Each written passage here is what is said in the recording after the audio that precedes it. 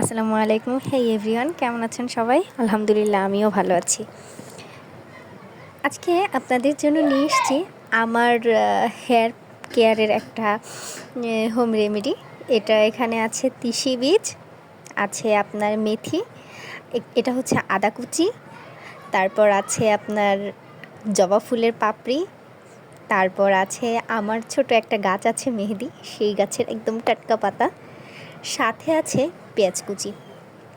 চা পাতা দিয়েছিলাম, যেটা এখানে দেখাতে ভুলে গেছি।